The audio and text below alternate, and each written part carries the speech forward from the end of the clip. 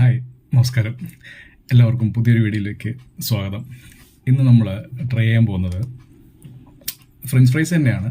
അത് ഒരു കൺവെൻഷൻ സ്റ്റൈലിൽ നിന്ന് മാറിയിട്ട് ഒരു വെറൈറ്റി രീതിയിൽ ഫ്രഞ്ച് ഫ്രൈസ് അതെങ്ങനെ ഉണ്ടാക്കാമെന്നുള്ളൊരു വീഡിയോ ആണിപ്പോൾ നമ്മൾ ട്രൈ ചെയ്യാൻ പോകുന്നത്.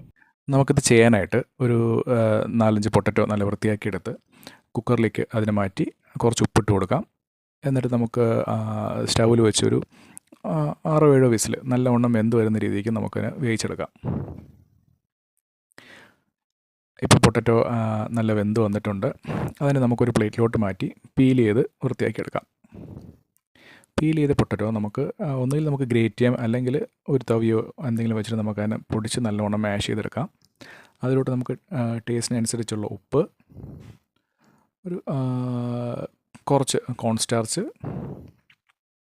ഒരു പിഞ്ച് മുളക് പൊടി, ഇതെല്ലാം കൂടെ നമുക്ക് നല്ലവണ്ണം മിക്സ് ചെയ്തെടുക്കാം. അതിനെ നമുക്കൊരു കട്ടിംഗ് ബോർഡ് വെച്ചിട്ട് അതിൽ വെച്ച് നല്ലവണ്ണം പരത്തിയെടുക്കാം. പരത്തി ഒരു സ്ക്വയർ ഷേപ്പ് ആയാൽ നമുക്കതിനെ ഒരു 10-15 മിനിറ്റ് ഫ്രീസറിലോട്ട് വെച്ച് റെസ്റ്റ് ചെയ്യാൻ വെക്കാം.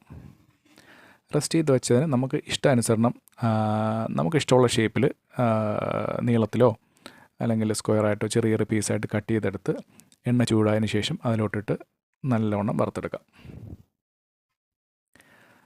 നല്ല ചൂടുള്ള എണ്ണയിലിട്ട് നമുക്ക് നന്നായിട്ട് അതിനെ മൊരിയിച്ച് ഒരു ഗോൾഡൻ കളറാവുന്ന രീതിയിൽ നമുക്കതിനെ വറുത്ത് എടുക്കാവുന്നതാണ്.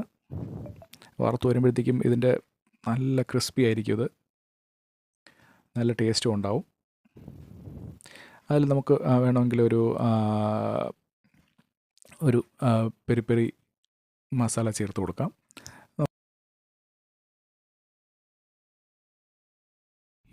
നല്ല ക്രിസ്പി ആയിട്ടുള്ള ഫ്രഞ്ച് ഫ്രൈസ് റെഡി ആയിട്ടുണ്ട്. നല്ല ക്രിസ്പി ആയിട്ടാണ് ഇരിക്കുന്നത്.